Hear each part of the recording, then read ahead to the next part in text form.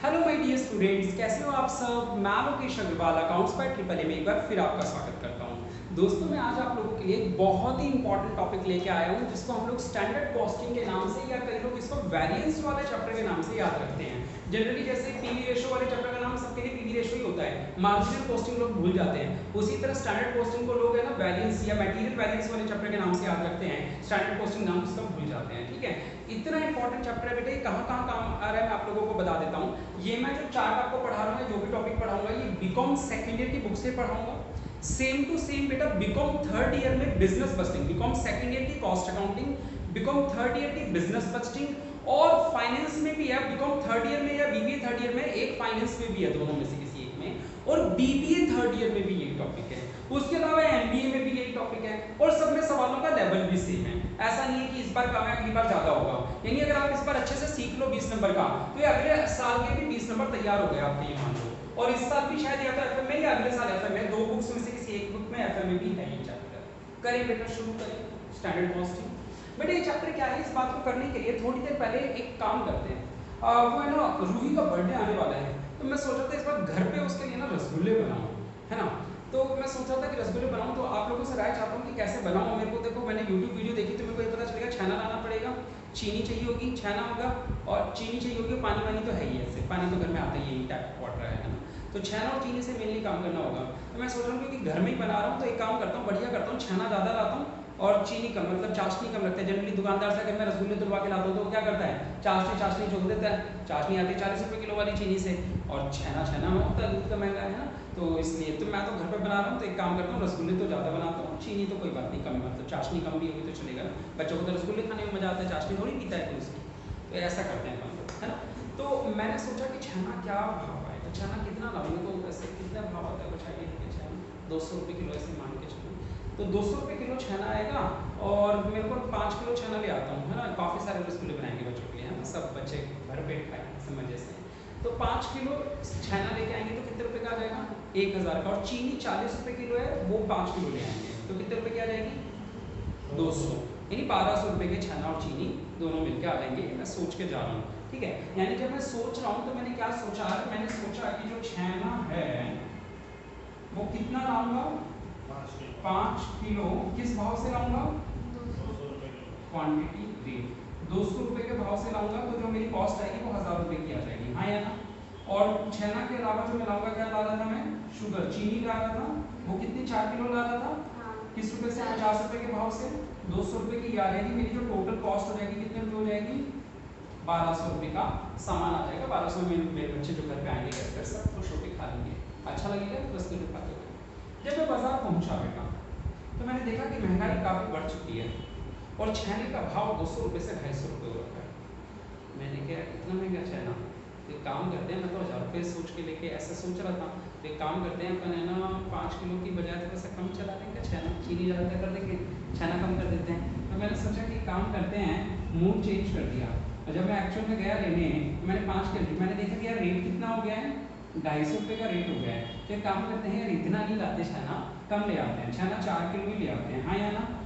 तो मैंने 4 किलो छेना ले आया, तो मेरी जो कॉस्ट आई वो कितनी आ गई बेटा, 250 × 4 कितनी आ गई, 1000 रुपये की है। ठीक है, मैंने सोचा क्योंकि छेना कम लाया तो घर पे कम तो नहीं लगना चाहिए कि कम बने, चाशनी बढ़ाता हूँ। तो मैंने क्या किया, चीनी ज़्यादा ले ली। मैंने चीनी 4 किलो की बजाय कितने की ले ली, 5 किलो की ले ली। तो अब चीनी 5 किलो, चीनी का भाव 50 रुपये चल रहा था अभी भी, तो 50 × 5 कितना हो गया, 5 × 25, 250 रुपये। अल्टीमेटली जब मैं खरीदने गया तो दुकानदार को कितने रुपए दे के आया, 1250 रुपये। समझ रहे हो, घर पे अभी भी, पहले भी घर पे 9 किलो रसगुल्ले तैयार हो रहे थे, और अभी भी घर पे कितने किलो रसगुल्ले तैयार हो रहे हैं, 9। एक काम करते हैं ना, इसको पहले 5 किलो कर देते, चलो ऐसे कर लो, जो था कितना था, 5 किलो, हाँ अच्छा। घर पे पहले भी 9 किलो रसगुल्ले तैयार हो रहे थे, अभी भी कितने रसगुल्ले तैयार होंगे, 9 किलो ही होंगे। घर वालों को पता भी नहीं चलेगा, गेस्ट को पता भी नहीं चलेगा कि रसगुल्ले कम बने, पहले भी 9 किलो की प्लानिंग थी। मैं वो अग्रवाल पैटर्स हूँ बेटा, हमारा काम ही यही होता है, कस्टमर को थोड़ी बताने देंगे कि आज ज़्यादा रसगुल्ले बने हैं, कम बनाएंगे तो 9 किलो ही, और उसमें चाशनी ज़्यादा है रसगुल्ले को तो आप छाट के गिनने थोड़ी बटोगे कितने हैं, है ना, ये तो भाई का काम ही है। मैंने अपना सेटिंग कर ली। स्टिल मैं सोच के चला था 1200 रुपये में मेरा काम हो जाएगा, लेकिन कितने रुपये देने पड़े, 1250 रुपये, यानी मुझे 50 रुपये का फायदा हुआ है, नुकसान नुकसान हुआ, यानी सिचुएशन मेरे फेवर में रही या मेरे एडवर्स में। अगर ये बात आपको समझ में आ चुकी है तो ये चैप्टर आपको समझ में आ चुका है। आगे ये बात समझ में ठीक है। बेटा सबसे पहला जो इस चैप्टर में टॉपिक है वो है मटेरियल कॉस्ट वेरिएंस। जब बात चलती है कॉस्ट वेरिएंस की तो यानी कि मटेरियल वेरिएंस का मतलब होता है बदलाव, चेंज। वेरिएंस का मतलब क्या होता है? चेंज। मटेरियल की कॉस्ट में जो चेंज आया वो कैसे पता लगाएंगे? सर ऑब्वियसली एक कॉस्ट होती है स्टैंडर्ड कॉस्ट, एक होती है एक्चुअल। सर स्टैंडर्ड कॉस्ट किसको बोलते हो? ये रही वो स्टैंडर्ड कॉस्ट जो मैं सोच के चला था कि 9 किलो जब भी मुझे बनाना होता है तो मेरी स्टैंडर्ड कॉस्ट क्या लगती है? 1200। एक्चुअल कॉस्ट, सर एक्चुअल में आपने कितने रुपए दिया है उसको? सर एक्चुअल में आप खर्च करके आए कितने रुपए? 1250। यानी 1200 माइनस 1250 कितने रुपए हो गया? सर 50 रुपए एडवर्स हो गया। एडवर्स यानी कि नेगेटिव आंसर हो गया। हाँ या ना? तो यानी कि मटेरियल कॉस्ट वेरिएंस का फार्मूला क्या है? किसी भी चीज का वेरिएंस निकालना है तो सर जो आपने सोचा उसमें से माइनस कर दो जो हुआ। इस कांसेप्ट को अगर मैं बोलूं वेरिएंस एनालिसिस को तो इसको क्या बोलते हैं? सर जो हमने सोचा माइनस जो हो गया। सोचा था स्टैंडर्ड और हो गया उसे बोलते हैं एक्चुअल। हाँ या ना? तो हमारा फार्मूला क्या बना किसी भी वेरिएंस को निकालने का? Sir standard minus actual. तो अगर मेरा फार्मूला है मटेरियल कॉस्ट वेरिएंस तो मैं कौन सी कॉस्ट माइनस करूंगा? Standard cost minus actual cost. हाँ या ना? मटेरियल कॉस्ट वेरिएंस का फार्मूला याद हुआ? स्टैंडर्ड कॉस्ट में से एक्चुअल कॉस्ट माइनस कर दूंगा। और कॉस्ट हमेशा कैसे निकलती है पता है? कॉस्ट हमेशा निकलती है सर क्वांटिटी को प्राइस से मल्टीप्लाई करके निकलती है। बचपन से आता है quantity into price. Standard quantity इसको बोलते हैं स्टैंडर्ड क्वांटिटी और इसको बोलते हैं स्टैंडर्ड प्राइस। एसपी का मतलब स्टैंडर्ड प्राइस। आ रही है बात समझ में? माइनस एक्चुअल क्वांटिटी जो एक्चुअल में खरीदी इनटू एक्चुअल प्राइस। भाई बचपन से जानते हैं कि कॉस्ट का मतलब होता है क्या? सर जितनी आपने क्वांटिटी खरीदी इनटू जितना जो प्राइस था। हाँ या ना? तो जब बोला जाए स्टैंडर्ड कॉस्ट इसका मतलब स्टैंडर्ड क्वांटिटी स्टैंडर्ड प्राइस। हाँ या ना? और जब बोला जाए एक्चुअल कॉस्ट तो actual quantity into actual price. बताओ ये फार्मूला याद करना पड़ेगा यार। हो गया? पक्की बात? सभी को हो गया? चलो ठीक है। अब बेटा ये जो डिफरेंस आया, डिफरेंस कितने रुपए का आया? सर माइनस के 50 रुपए, यानी कि आपको दुख झेलना पड़ा 50 रुपए का। एडवर्स सिचुएशन थी, नेगेटिव आता है तो उसको बोलते हैं एडवर्स है। ठीक है। तो सर अब आपको इसका कारण जानना चाहिए कि 50 रुपए का नुकसान आपको क्यों हुआ। बेटा कॉस्ट के दो फैक्टर्स होते हैं। कॉस्ट के दो फैक्टर्स होते हैं। कौन कौन से? क्वांटिटी और प्राइस। यानी जो कॉस्ट में डिफरेंस आया है उसके दो रीजंस हो सकते हैं। एक तो ये कि आपने क्वांटिटी अलग तरीके से यूज की हो, दूसरा ये कि आपने प्राइस चेंज हो गए हो। ठीक है। तो अब हम अलग से मटेरियल कॉस्ट वेरिएंस के और डीप में जाते हैं और देखते हैं कि 50 रुपए किस वजह से डिफरेंस आया। अंदर जाके देख रहे हैं, डीप में जाके देख रहे हैं इसका। तो बेटा हमने देखा कि मटेरियल की जो क्वांटिटी की वजह से डिफरेंस होता है उसको बोलते हैं मटेरियल यूसेज डिफरेंस। क्या बोलते हैं? Usage difference. और जो प्राइस की वजह से डिफरेंस होता है उसको क्या बोलते हैं? Material price variance. तो भाई दो चीजें होती है, एक होता है क्वांटिटी, एक प्राइस। क्वांटिटी वाले डिफरेंस को क्या करेंगे? Material usage variance. यूसेज यानी कि क्वांटिटी यूज करना। और प्राइस वाली वेरिएंस को किस नाम से पुकारेंगे? Material price. अच्छा कोई भी वेरिएंस निकालना हो सिंपल सा फंडा है सर, स्टैंडर्ड में से एक्चुअल माइनस होता है, जो सोचा माइनस एक्चुअल। यानी अगर मुझे यूसेज निकालना है तो मैं क्या करूंगा? स्टैंडर्ड क्वांटिटी में से एक्चुअल क्वांटिटी माइनस कर दूंगा। अगर मुझे प्राइस वेरिएंस निकालना है तो मैं स्टैंडर्ड प्राइस में से एक्चुअल प्राइस माइनस कर दूंगा। आ रही है बात समझ? क्योंकि सर आपने पहले ही बता दिया कि वेरिएंस जब भी निकालना है इसका मतलब होता है स्टैंडर्ड माइनस एक्चुअल। जब कॉस्ट वेरिएंस निकालना था तो standard cost minus actual cost. जब यूसेज वेरिएंस निकालना है तो standard quantity minus actual quantity. और जब प्राइस वेरिएंस निकालना है तो standard price minus actual price. आ रहा है समझ में सभी को? लॉजिक समझ में आ रहा है? फार्मूले डेवलप कैसे हुए? अब बेटा ये जो क्वांटिटी है इसको मल्टीप्लाई करना होता है प्राइस से, और प्राइस को किससे मल्टीप्लाई करना होता है? क्वांटिटी से। तो यहाँ पे क्वांटिटी है तो इसको मल्टीप्लाई करोगे स्टैंडर्ड प्राइस से, यहाँ पे प्राइस है इसको मल्टीप्लाई करोगे एक्चुअल क्वांटिटी से। सर पेपर में ये तो याद रह जाता है कि यहाँ पे अंदर यूसेज वेरिएंस था तो क्वांटिटी का डिफरेंस लिखा, और अंदर क्वांटिटी है तो बाहर पक्का किससे मल्टीप्लाई करना है? प्राइस से ही करना है। और सर अगर अंदर यहाँ प्राइस है तो बाहर किससे मल्टीप्लाई करना है? क्वांटिटी से। समस्या ये आती है पेपर में, वहां ये कंफ्यूजन हो जाती है कि कौन सा स्टैंडर्ड है और कौन सा एक्चुअल है। तो जो मैं आप बोल रहा हूँ वो बात ध्यान से सुनना बेटा। आप लोगों को तो पता ही है ना, मैं 2 नंबर की मात्रा देता रहता हूं। पता है मतलब 2 नंबर की मात्रा है ना, तो वो जो स्मगलिंग पर है ना, तो मैं एक दिन क्या कर रहा था, ऐसे स्मगलिंग कर रहा था, 2 नंबर की मात्रा धंधा कर रहा था, तो मेरे को सीधा है ना एसपी ने आके पकड़ लिया, सुप्रिटेंडेंट ऑफ पुलिस ने आके ऐसे पकड़ लिया, सारा माल पकड़ लिया उसने, सारा माल है ना। तो जब मैं माल यानी कि क्वांटिटी का धंधा करता हूं तो मुझे कौन आके पकड़ लेता है? सुपरिटेंडेंट ऑफ पुलिस यानी कि एसपी आके पकड़ लेता है। क्लियर है बेटा? क्वांटिटी अंदर है तो बाहर प्राइस है यानी कि पुलिस है, क्वांटिटी अंदर है तो बाहर पुलिस, और पुलिस कौन से वाली? सर एसपी आके पकड़ लिया था हमारा हवलदार में एसपी सुपरिटेंडेंट ऑफ पुलिस। ठीक है बेटा? क्लियर है? एसपी रीजन नहीं है, इसका रीजन नहीं है, रीजन है मैथमेटिकल है। जब मैं बाद में बताऊंगा, यहां पे खत्म होने के बाद समझाऊंगा नहीं, ओरली बता दूंगा कि एक्चुअली इसी फार्मूले के बाइफर्केशन है, यानी कि अगर मैथमेटिकली इन दोनों को प्लस करो ना, जब इन दोनों को सॉल्व करके प्लस करो तो वही निकलेगा। ये ब्रैकेट खोलोगे, आपस में कुछ चीजें कट जाएंगी, कुछ चीजें बच जाएंगी, जो बचेंगी वो ऊपर वाली मैथमेटिकली प्रूव है ये चीज, है ना, कि इन दोनों को जब सॉल्व करके प्लस करोगे यानी कि this into this minus this into this, this into this minus this into this, जब इन चार चीजों को प्लस माइनस कर दोगे तो यही निकलेगा जो ऊपर लिखा हुआ। ठीक है? बाद में दिखा दूंगा कभी टाइम मिला तो। अभी फिलहाल इस पे आते हैं कि जब अंदर क्वांटिटी है तो बाहर प्राइस है, ये बात तो तय है, लेकिन कौन से वाला प्राइस है? स्टैंडर्ड वाला। और सर क्वांटिटी वाले में अगर स्टैंडर्ड प्राइस है तो प्राइस वाले में जो क्वांटिटी होगी वो एक्चुअल होगी, क्योंकि एक जगह स्टैंडर्ड था एक जगह एक्चुअल था। स्टैंडर्ड याद हो गया कि क्वांटिटी के अंदर है, तो इसका मतलब प्राइस वाले में, इस वाले में कौन सा लगेगा? एक्चुअल क्वांटिटी लगेगा। आइए बस समझ में, यहाँ पे कौन सी क्वांटिटी आ जाएगी? Actual quantity. ये बात याद रहेगी या नहीं रहेगी? ये इंपॉर्टेंट वर्ड है एसपी वाला। ठीक है? ये अगर एस है तो वो ए है, और क्यू और पी तो आपको पता ही है कि अंदर क्यू है तो बाहर पी, अंदर पी है तो बाहर क्यू, मल्टीप्लाई तो होना है प्राइस को क्वांटिटी से। श्योर हो इस बारे में? ठीक है? तब तो आगे बढ़ूं क्योंकि आगे का किस्सा स्पेशल है। बोलो क्लियर है? ठीक है।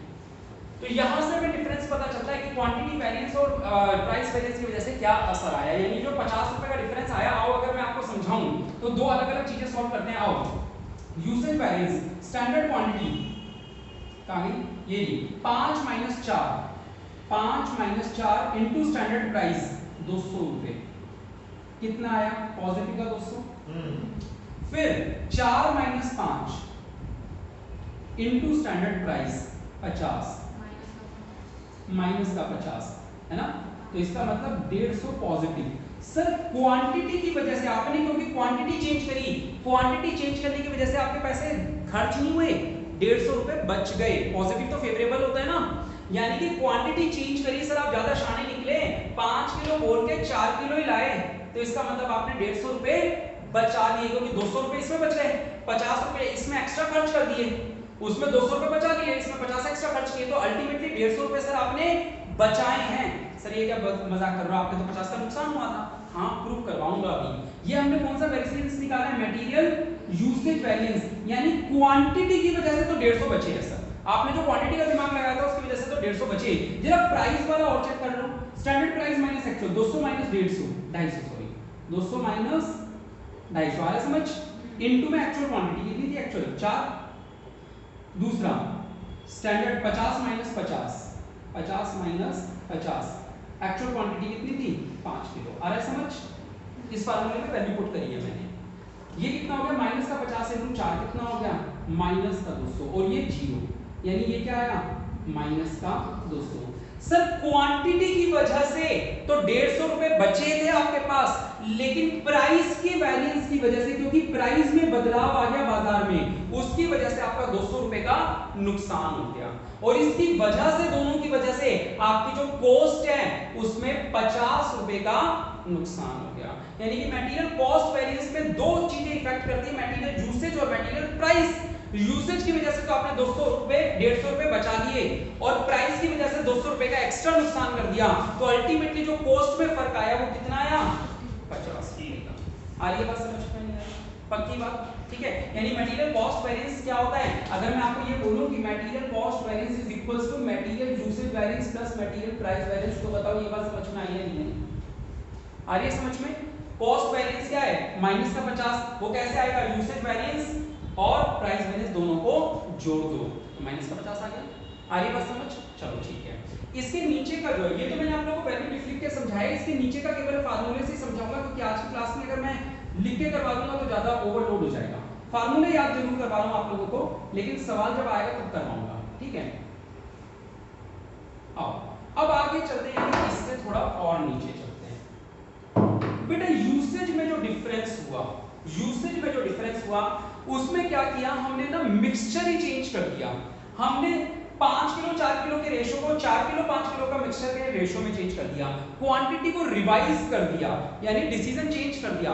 इससे बोलते हैं कि सर जब आप क्वांटिटी में कोई चेंज करते हो, जो डिसीजन लिया है, तो आप इसके बीच में, इस फार्मूले के बीच में एक चीज को जंप करवा देते हो, उसे बोलते हैं रिवाइज्ड स्टैंडर्ड क्वांटिटी। इसको क्या बोलते हैं बेटा हम लोग?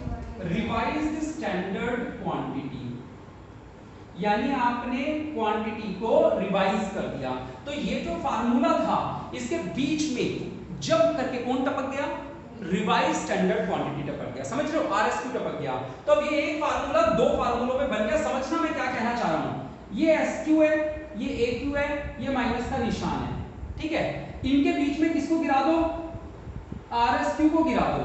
तो एक ये बन जाएगा एसक्यू माइनस आरएसक्यू, और एक बन जाएगा आरएसक्यू माइनस एक्यू। आ रहा है समझ? ये बीच में माइनस का निशान था, तो बीच में आरएसक्यू को गिरा दो यहाँ पे, तो ये आरएसक्यू बीच में गिर गया। आ रहा है समझ में? माइनस के निशान को ऐसे लगा दो। तो अब एक फार्मूला तो ये बन गया एसक्यू माइनस आरएसक्यू, ठीक है बेटा। एक फार्मूला तो क्या बन गया? SQ minus RSQ. और दूसरा फार्मूला क्या बन गया? आरएसक्यू माइनस एक्यू। आ रहा है समझ? यही वाला फार्मूला था एसक्यू माइनस एएसक्यू। इसके बीच में कौन जंप मार गया? आरएसक्यू। और जब आरएसक्यू इसके बीच में गिर जाएगा तो दो फार्मूले बन जाएंगे। कौन कौन से? एक बन जाएगा एसक्यू माइनस आरएसक्यू, और दूसरा बन जाएगा आरएसक्यू माइनस एक्यू, ठीक है। पहले वाले को बोलेंगे मटेरियल सब यूसेज वेरिएंस। क्या बोलेंगे? Material sub usage variance. आरएसक्यू गिर गया तो एसक्यू माइनस आरएसक्यू बन गया, एसपी एज इट इज है। दूसरा आरएसक्यू माइनस एक्यू को क्या बोलेंगे? Material mix variance. आइए बात समझ में? पक्का? तो यानी कि मटेरियल यूसेज वेरिएंस के दो टुकड़े होते हैं। अगर मैं आपसे कहूं material usage variance is equals to material sub usage variance plus material mix variance, यानी इसका जो आंसर होगा वो इन दोनों के आंसर के टोटल के बराबर होगा, इसका जो आंसर होगा वो इन दोनों के आंसर के टोटल के बराबर होगा। समझ रहे हैं? समझ रहे हो? तो मटेरियल सब यूसेज वेरिएंस क्या होता है बेटा? आरएसक्यू बीच में गिर जाता है तो एसक्यू माइनस आरएसक्यू बन जाता है, और मटेरियल मिक्स वेरिएंस में क्या होता है? आरएसक्यू माइनस एक्यू बन जाता है। समझ रहे हो? ये पक्का बात समझ में आई या नहीं आई? ये एक्यू की बजाय आरएसक्यू आ गया, और यहाँ पे एसक्यू की बजाय इसको क्या दिख रहा है? आरएसक्यू कर दिख रहा है। इन दोनों के बीच में अगर मैं आरएसक्यू को खड़ा कर दूं तो एसक्यू को इसके बाद कौन नजर आएगा? आरएसक्यू, और एक्यू को अपने से पहले कौन नजर आएगा? आरएसक्यू। समझ रहे हो? डायरेक्शन पढ़ने की पक्का फार्मूला याद हो रहा है? ठीक है। बताओ ये सारी बातें समझ में या नहीं आई? आ गई? चलो ठीक है। अब मैं यहाँ से इसको मिटा दूं या ये चार्ट रखना है या नहीं रखना? पहले तो ये बताओ। ये वाला जो चार्ट मैंने बनाया है किलोग्राम वगैरह वाला, मिटा दूं? सवाल तो बहुत सारे करेंगे, सवालों में ये चार्ट आएगा, ये समझाने के लिए बनाया था। मिटा दूं ना इसको, छहने वाले चार्ट को? ये एक फोटो में रखना है इसको। ये देखो बेटा, ये फार्मूलों का चार्ट है, ये कंप्लीट जो आप स्क्रीनशॉट ले लेना। चल आ रही बात समझ में? क्लियर है? पक्का? ये तो फार्मूलों का चार्ट। अब यहाँ पे दो मैंने स्टार मार्क बनाए हुए हैं। अगर आप लोग ध्यान से देखो तो शायद आप लोगों ने नोटिस किया हो कि जब भी मैं एसक्यू लिख रहा हूँ उसके बाद में थोड़ी सी जगह खाली छोड़ रहा हूँ। देख रहे हो? क्योंकि मुझे फार्मूला याद करवाने थे। अगर मैं पूरा नाम अगर इसका पहले लिख देता तो वो फार्मूला जल्दी से भेजे भी नहीं जाता। एसक्यू का एक पूरा नाम है क्या? केवल एसक्यू नहीं पढ़ते, इसको बोलते हैं स्टैंडर्ड क्वांटिटी। एसक्यू का मतलब standard quantity for actual output, ये पूरा नाम है। तो अगर मैं ऐसे बोलता बेटा फार्मूला याद करो, standard quantity for actual output minus actual price multiplied by standard price, नहीं याद होता ना? अभी जब बोला standard quantity into standard price, याद हो गया ना? तो आपको याद वही रखना है, फार्मूला वही है, standard quantity into standard price, actual quantity into actual price. Standard quantity में से एक्चुअल क्वांटिटी माइनस हुआ, स्टैंडर्ड क्वांटिटी में से डिवाइड स्टैंडर्ड क्वांटिटी। बस लिखते समय क्या लिखना है? लिखते समय इसको लिखना है standard quantity for actual output. आया ना? तो लिखते समय इसको क्या लिखोगे? Standard quantity for actual output, standard quantity for actual output, standard quantity for actual output. Clear है? कोई दिक्कत? याद तो वैसे ही करना जो फार्मूला याद करना हो। क्या सर स्टैंडर्ड क्वांटिटी पढ़ेंगे, लेकिन जब सवाल सॉल्व करेंगे तो वैल्यू कौन सी लिखनी है? Standard quantity for actual output. अब सवाल में स्टैंडर्ड क्वांटिटी को दे रखी होती है, standard quantity for actual output हमें निकालनी पड़ती है। कैसे निकलती है? सर यहाँ पे आपने वो क्वांटिटीज लिखी थी ना, पहले बताओ कि क्या क्या थी? 5 किलो और 4 किलो, और ये एसक्यू थी मेरी। और एक्चुअल क्वांटिटी कितनी थी बेटा मेरी 4 किलो और 5 किलो। ठीक है, आउटपुट मेरा मान लो था कितना, मान लो 10 किलो का आउटपुट बन रहा था, मान लो कितने किलो का आउटपुट था 10 किलो, पानी भी तो मिलाऊंगा है ना, मान लो आउटपुट कितना बन रहा था, दोनों से ही 10 किलो बन रहा था। ठीक है, अब मेरी बात सुनिए, इन दोनों के बीच में स्टैंडर्ड क्वांटिटी और एक्चुअल क्वांटिटी के बीच में कौन जब मार जाता है, RSQ। तो RSQ तो खैर मैं निकालना सिखाऊंगा, पहले मैं आपको क्या सिखा रहा हूं, SQ फॉर AO, क्या निकालना सिखा रहा हूं, standard quantity for actual output. ये है स्टैंडर्ड क्वांटिटी, और standard quantity for actual output क्या होती है वो बता रहा हूं आप लोगों को। आ रही है बात समझ? बेटा standard quantity for actual output कैसे निकलती है, उसका सिंपल सा फार्मूला है स्टैंडर्ड क्वांटिटी ईच, यानी जब ये वाला सवाल सॉल्व करोगे तो 5 लिख लेना, जब ये वाला सॉल्व करोगे तो 4 लिख लेना। क्लियर है? स्टैंडर्ड क्वांटिटी देखो बहुत सिंपल सी बात है सर, जो दिया है उससे डिवाइड करो, जो निकालना है उससे, ये स्टैंडर्ड वाला डाटा है ना, तो इसको कौन से आउटपुट, ये आउटपुट का टॉपिक है ना, तो कौन से आउटपुट से डिवाइड करोगे सर, टोटल स्टैंडर्ड आउटपुट से। टोटल स्टैंडर्ड आउटपुट कितना था 10 किलो, और sir total standard in output कितना था, ये स्टैंडर्ड का आउटपुट है, वो एक्चुअल का आउटपुट था, तो स्टैंडर्ड वाला आउटपुट नीचे लिख दो और एक्चुअल वाला आउटपुट ऊपर लिख दो। ठीक है, कुल मिला के याद क्या करना है sir, standard quantity for actual output में क्या करना होता है, पहले तो स्टैंडर्ड क्वांटिटी लिख देते हैं 5 और 4 जो हमारी थी वो। ठीक है, मल्टीप्लाई किससे करना है सर, ये आउटपुट का टॉपिक है ना, तो दोनों ये दो टॉपिक सिखा रहा हूं, दोनों में अगर आप ध्यान से देखो तो डिवाइड करते हैं स्टैंडर्ड से, मल्टीप्लाई करते हैं एक्चुअल से। ठीक है, डिवाइड किससे करना है, स्टैंडर्ड मल्टीप्लाई एक्चुअल, डिवाइड किससे करना है, स्टैंडर्ड मल्टीप्लाई एक्चुअल। बस जब आप standard quantity for actual output निकालोगे, ठीक है, आउटपुट निकालोगे तो आउटपुट वाले से करना, टोटल आउटपुट एक्चुअल वाला, टोटल स्टैंडर्ड आउटपुट वाला। और जो रिवाइज स्टैंडर्ड क्वांटिटी करनी है तो किससे डिवाइड और मल्टीप्लाई करना है, इनपुट से डिवाइड और मल्टीप्लाई करना है। ठीक है, आउटपुट वाले में किससे करोगे सर, आउटपुट से करेंगे,